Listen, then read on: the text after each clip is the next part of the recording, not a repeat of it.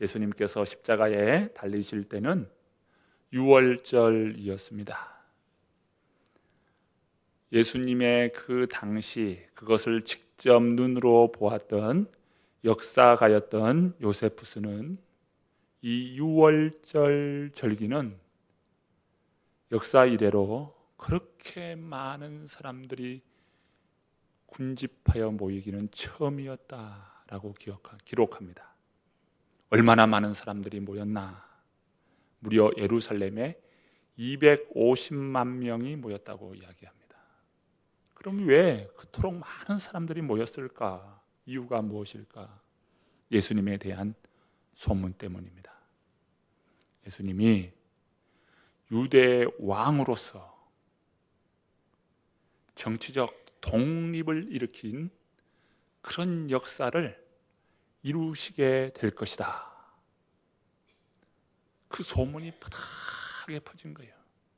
마침내 예수님께서 예루살렘에 오셔서 빌라도의 그 나라를 패하시고 왕의 자리에 오르셔서 온 이스라엘의 독립을 이룰 것이다 라고 하는 소문이었습니다. 그래서 외국에 있는 사람들까지도 그 유월절에 모이게 된 것입니다.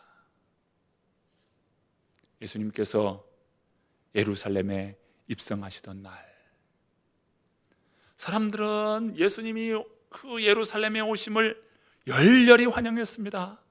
손에 종려가지를 들었어요. 그 종려가지는 승리를 나타냅니다.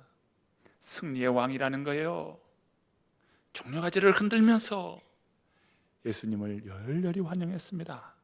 그리고 사람들은 자신의 겉옷을 예수님이 오시는 자리에 폈습니다. 예수님을 기쁨으로 환영한 겁니다. 그리고 그들의 외침이 무엇입니까? 호산나, 호산나를 외쳤습니다. 호산나가 무슨 뜻일까요? 우리를 구원하소서라고 하는 뜻입니다. 우리를 구원하소서, 구원하소서, 당신은 우리의 구원자입니다. 호산나, 호산나, 호산나. 무엇으로부터 구원일까? 당신은 다윗의 자손입니다. 다윗의 나라를 세우실 것입니다. 하면서 그들은 열렬히 환영했어요. 그들의 속마음은 어떤 마음입니까? 다윗의 나라가 세워져서 이스라엘의 독립을 이룰 것이라고 하는 그들의 기대였던 겁니다. 그런데 그로부터 며칠 후 그렇게 열렬히 외쳤던 호산나, 호산나가 변하여 무엇이라고 외칩니까? 십자가에 못 박으라, 십자가에 못 박으라. 호산나라고 외쳤던 그 사람들은 이제는 십자가에 못 박으라고 외치고 있는 겁니다. 예수님이 구원해 주실 것, 나라를 다시 회복해 주실 것이라고 하는 그 기대 속에 그들은 호산나를 외쳤지만 보니까 예수님은 무능하게 십자가의 길을 가시는 겁니다. 그럴 때 사람들은 이에 실망하여 십자가에 못 박으라고 외치는 것입니다. 그러면서 예수님은 그렇게 십자가의 길을 가십니다. 골고다, 해골의 무덤이라 불렸던 골고다에 예수님이 오르셨습니다. 골고다, 갈보리, 이것은 같은 의미인데요, 이 말은 해골의 언덕이라는 거예요. 해골의 언덕. 실제로 골고다 그 언덕은 민둥산입니다. 멀리서 보면 마치 해골 바가지처럼 보여요. 그래서 그곳을 골고다, 해골의 언덕이라고 불렸습니다. 그리고 그곳에 많은 사람들이 그곳에 처형을 당하고 했기 때문에 해골 바가지가 실제로 그곳에는 널려 있었어요. 그래서 골고다로 불렸습니다. 갈보리 골고다, 그곳에 예수님이 오르십니다. 그런데 그 갈보리에는 세 개의 십자가가 섰습니다. 예수님과 함께 양편의 강도가 함께 그 십자가를 지고 골고다에 올라 골고다에서 그들은 다 십자가에 죽었습니다. 세 개의 십자가가 섰어요.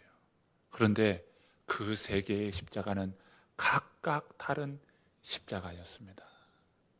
먼저 첫 번째 십자가는 한편에 강도가 달렸던 십자가로서 바로 저주의 십자가입니다. 인생은 다 죄로 말미암아 저주받은 인생이라는 겁니다. 그래서 그 인생은 사망에 이르게 됩니다. 단순히 나이가 들어서 죽는다가 아니라 영원한 사망에 들어가는 거예요. 그래서 그 인생이 저주인 것입니다. 인생은 죄로 말미암아 죽을 수밖에 없는 그런 인생이에요. 그런 인생을 위하여 하나님께서는 예수 그리스도를 보내주시고 예수 그리스도로 인하여서 구원 얻도록 하셨습니다. 인생은요, 저주의 인생인 것입니다. 구약성경에 그 의미를 잘 설명합니다. 신명기 21장 23절, 그 시체를 나무 위에 밤새도록 두지 말고 그날에 장사하여 내 하나님 여호와께서 내게 기업으로 주시는 땅을 더럽히지 말라. 나무에 달린 자는 하나님께 저주를 받았습니다. 십자가는 최악의 저주형이에요. 모든 인생은 죄로 말미암아 죽어 마땅한 저주의 인생이 되었다. 반드시 죄의 값을 물어야 합니다. 시편 7편 12절 말씀, 사람이 회개하지 아니하면 그가 그의 칼을 가시며 그의 활을 이미 당기어 예비하셨도다. 죄에 대한 하나님의 공의로운 심판이 있다는 겁니다. 모든 인간은 죄인임을 알아야 합니다. 저와 여러분은 죄인이에요. 모든 인생은 태생적으로 죄인입니다. 그리고 살면서 죄를 짓고 삽니다. 야고보서 4장 17절 말씀은 선을 행할 줄 알고도 행하지 아니하면 죄니라고 했어요. 우리 인생이 얼마나 죄 가운데 놓여 있다는 것을 알게 됩니다. 우리는 죄로 말미암아 저주받은 인생이라는 거예요. 첫 번째 십자가, 한편의 강도가 졌던 십자가, 그 십자가는 바로 저주의 십자가입니다. 그 중에 가운데 서 있는 또 다른 십자가가 있습니다. 바로 예수님이 지신 이 십자가는 대속의 십자가입니다. 모든 인생은 죽어 마땅한 그런 인생이죠. 그래서 우리 하나님께서는 우리를 국리를 기사 예수 그리스도를 보내주셨고, 그 예수 그리스도께서는 십자가로 말미암아 형벌을 당하시면서 우리의 모든 죄를 바로 그 십자가 아래에서 도말하신 줄로 믿습니다. 회개한 강도가 나중에 그 사실을 깨닫고 다른 강도에게 이런 이야기를 합니다. 본문 41절 말씀입니다. 우리는 우리가 행한 일에 상당한 보응을 받는 것이니 이에 당연하거니와 이 사람이 행한 것은 옳지 않은 것이 없느니라 하고, 예수님의 그 십자가는 표면적으로 보면 다른 두 행악자와 마찬가지로 똑같은 십자가였습니다. 그런데 그 십자가는 다른 십자가예요. 한편의 강도가 이야기합니다. 그는 죄가 없다 이거예요. 죄 없으신 분이 십자가에 달리셨어요. 이사야 선지자는 오늘 이 말씀을 이렇게 인용합니다. 이사야 53장 5절과 6절입니다. 그가 찔림은 우리의 허물 때문이요 그가 상함은 우리의 죄악 때문이라. 그가 징계를 받음으로 우리는 평안을 누리고 그가 채찍에 맞음으로 우리는 나음을 받았도다. 우리는 다 양 같아서 그릇 행하여 각기 제 길로 갔거늘 여호와께서는 우리 모두의 죄악을 그에게 담당시키셨도다. 한마디로 말하면 예수님께서 지신 십자가는 오늘 저와 여러분의 모든 죄를 담당하신 대속의 십자가라는 겁니다. 죄 없으신 분이 죄인이 되어서 십자가에 달려 죽으셨어요. 그 죽으심은 저와 여러분을 대신하여 대속하신 그 십자가라는 것이죠. 십자가에 나의 죄를 다 청산하셨습니다. 바로 저와 여러분을 위한 대속의 십자가이십니다. 예수님은요, 십자가에서 죽으셨어요. 그리고 우리는 그 공로로 다시 살게 되었습니다. 이것이 바로 대속의 십자가입니다. 또 다른 세 번째 십자가가 있어요. 오른편 강도가 지었던 십자가입니다. 그 십자가는 용서의 십자가입니다. 처음에 예수님이 십자가에 달리실 때 양편의 강도들은 동일하게 예수님을 저주했어요. 우리가 당하는 이 십자가 처형은 우리 죄 때문이라고 치자. 그런데 당신은 그리스도가 아니냐? 그리스도인 당신은 어찌하여 그렇게 무능하게 십자가에 달리는가?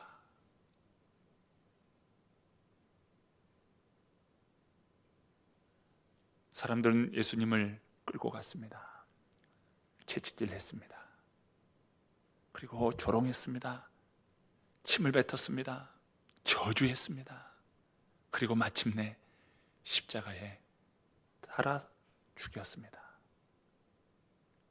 그런데 예수님께서는 그 십자가에 달리시면서 이렇게 말씀하십니다. 아버지, 저들이 하는 것을 알지 못하니이다. 저들의 죄를 사하여 주옵소서. 십자가에 달릴 때 여러 많은 죄수들은 자신을 저주할 뿐만 아니라 부모를 저주하고 자신을 십자가에 단 그 사람들을 저주합니다. 욕을 합니다. 그런데 예수님께서는 그 십자가에서 아버지, 저들의 죄를 사하여 주옵소서, 그 말씀을 하시는데 이 오른편의 강도가 마음에 큰 울림이 있는 거예요. 그래서 그는 간절함으로 주님 앞에 나아가게 됩니다. 바로 그의 회개였던 것이죠. 여러분, 회개의 과정이 무엇입니까? 오늘 본문은 그 과정을 잘 보여줍니다. 첫 번째, 그는 하나님을 두려워했어. 하나님의 그 심판을 알고 그는 두려워했습니다. 본문 40절 말씀인데요, 함께 읽어봅니다. 하나는 그 사람을 꾸짖어 이르되 내가 동일한 정죄를 받고서도 하나님을 두려워하지 아니하느냐. 그는요, 하나님의 심판대 앞에 서야 한다는 거예요. 십자가에 달려서 지금 죽는 것은 자신의 죄 때문에 죽는 것이지만 궁극적으로 하나님의 심판대 앞에 설 수밖에 없는 인간이라는 겁니다. 하나님의 심판대가 있다는 거요. 여러분, 두렵지 않습니까? 하나님의 심판대 앞에 설 것이 두렵지 않아요? 그래서 그 한편의 강도가 다른 편의 강도에게 이야기합니다. 너는 하나님이 두렵지 않느냐? 여러분, 회개의 시작은 무엇입니까? 하나님의 심판대가 있음을 알고 두려워할 줄 알을 때 회개하게 되는 겁니다. 하나님의 심판대가 있어요. 그래서 하나님, 저는 하나님의 심판대 앞에서 면목이 없습니다 하면서 두려울 줄 알 때 그때 회개가 일어나는 거예요. 두 번째, 그는 자신이 죄인임을 자각했어요.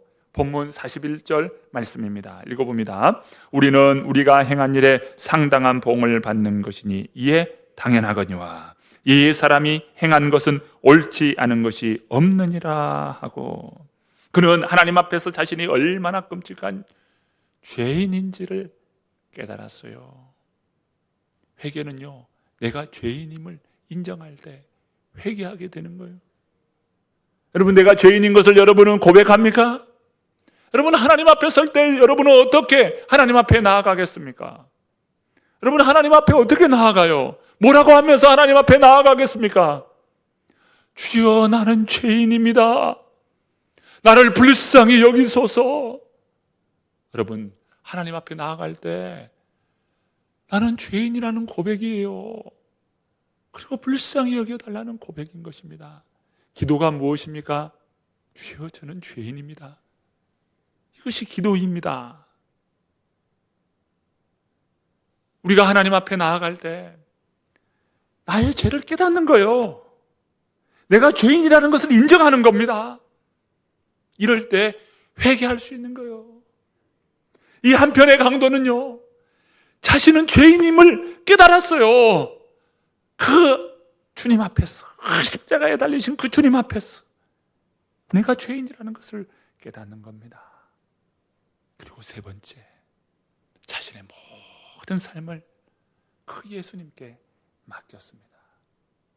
본문 42절 말씀이죠. 우리 함께 읽어봅니다. 이르되 예수여 당신의 나라에 임하실 때에 나를 기억하소서 하니, 당신의 나라에 임하실 때에 나를 기억하소서. 자신이 얼마나 큰 죄인인가. 죄인이요, 하나님 앞에서 염치도 없지요. 우리 주님 앞에서 염치도 없지요. 주님이 천국 가실 때 저도 천국 가게 해주세요. 염치가 없어서 천국에 가게 해달라고 말할 수가 없네요. 입이 떨어지지가 않아요. 염치 없는 그 죄인인 줄 안 그 강도는요, 주님 앞에 이렇게 간청합니다. 당신의 나라에 그 임하실 때에 나를 기억하소서. 정말 주님 앞에 겸손함으로 간청하였습니다. 그때 주님께서 말씀하시기를 내가 진실로 내게 이르노니 오늘 나와 함께 낙원에 있으리라. 주님으로부터 놀라운 은혜를 입습니다. 본문 43절 말씀이죠. 우리 함께 읽어봅니다. 예수께서 이르시되 내가 진실로 내게 이르노니 오늘 내가 나와 함께 낙원에 있으리라 하시니라. 설교자 찰스 스펄전은요, 이 본문의 말씀을 이렇게 이야기합니다. 이 강도가 그 십자가에서 주님을 배웠고 이렇게 간청했을 때 그는 예수님과 마지막 그 천국에 입성하는 바로 동행자가 되었다 이야기합니다.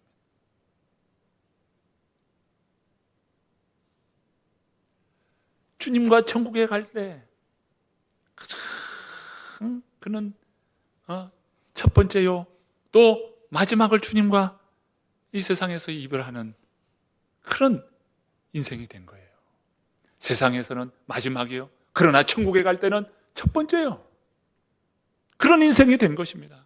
여러분, 얼마나 큰 은혜입니까? 회개가 그런 것이에요.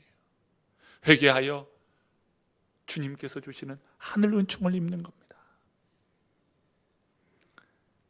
한편 강도는요, 예수님을 만나 그 짤막한 시간에 정말 무엇과도 바꿀 수 없는 놀라운 기회를 갖게 되었어요. 이 얼마나 놀라운 기회입니까?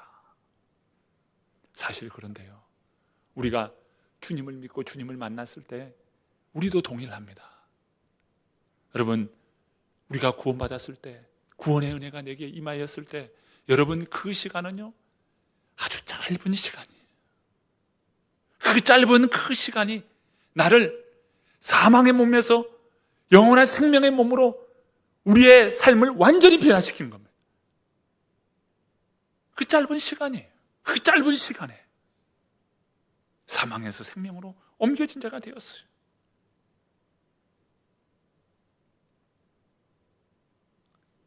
오늘 저와 여러분이 주님을 이렇게 믿고 정말 새로운 인생으로 변화되는 은혜의 삶이 되기를 간절히 바랍니다. 오늘 말씀을 보십시오. 회개의 과정을 보십시오. 여러분은 하나님을 정말 두려워하십니까? 하나님을 정말 두려워하십니까? 그리고 내가 죄인인 것을 인정하십니까? 나는 죽어마땅한 죄인이구나, 죄인인 것을 인정하십니까? 그리고 나의 삶을 우리 주님께 온전히 맡깁니까? 바로 그때 구원의 은혜가 열리는 거예요. 구원의 은혜가 열려요. 저와 여러분이 이런 구원의 놀라운 은혜가 있기를 간절히 바랍니다. 그런데 한 가지 생각하고자 합니다. 우리 주님께서 말씀하실 때 교회를 말씀하시면서 천국에 대한 비유의 말씀을 통해서 알곡과 죽정이가 있고 가라지와 이 곡식이 있더라. 똑같이 예배드리고 있지만 여기 안에는 어떤 이는 알곡이 있고 어떤 이는 죽정이가 있고 어떤 이는 알알이 차는 그 곡식이 있는가 하면 어떤 이는 가라지가 있더라 이거예요. 천국에 갔는데 장로님 반갑습니다. 권사님 반갑습니다. 집사님 반갑습니다. 천국에서 만날 때 얼마나 반가워요. 내 사랑하는 가족을 천국에서 만날 때 얼마나 반가워요. 그런데 아니 그분은 보이지가 않아. 천국에서 만나야 할 분인데 천국에서 보이지가 않아. 여러분, 그 일을 어떻게 맞이하시겠습니까? 보아야 할 사람, 보여야 할 사람, 그 사람이 보이지 않는다면 여러분 어떡하겠어요? 여러분, 내가 십자가를 지는 마음으로 복음을 전하고 그 영혼을 구원해야 하지 않겠습니까? 그때 가서 전도할 걸, 끌고라도 주님을 믿게 할 걸, 후회해도 소용없을 때가 온다는 거예요. 여러분, 천국이 그냥 허상이 아니에요. 가상현실 뭐 그런 것처럼 가상의 그런 어떤 현실처럼 보이는 그런 곳이 허구가 아니라 이 말이에요. 천국은 실제입니다. 어떻게 하시겠어요? 오늘 우리들이 가진 이 생명의 복음, 구원의 복음을 여러분 잘 감당할 수 있기를 간절히 축원합니다. 예수님의 그 십자가는 저와 여러분을 구원하는 대속의 십자가인 줄로 믿고 십자가 아래 또 십자가에 더 가까이 나아가는 저와 여러분 되기를 간절히 축원합니다.